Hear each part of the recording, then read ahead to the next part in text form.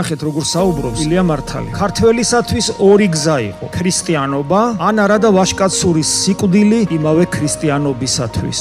ან ქართველობა ან არადა ხმლის პირზე გულის შეთლა. ქრისტიანული ცხოვრება პრაქტიკულად შეუძლებელია, მაგრამ ქრისტესათვის სიკვდილი არის შესაძლებელი. და ფაქტობრივად თითოეული ჩვენგანი ცხოვრება არის მზადება, რომ ქრისტესათვის მოვკვდეთ. ქრისტე ღმერთი ჯვარს ეცვა ქვეყნისთვის და ჩვენ ჯვარს ვეცვით ქრისტესათვის. ამ პატარა საქართველოს გადავუღեղეთ მკერდი და ამ მკერდზე, როგორც კლდეზე დავუდგით ქრისტიანობას საყდარი.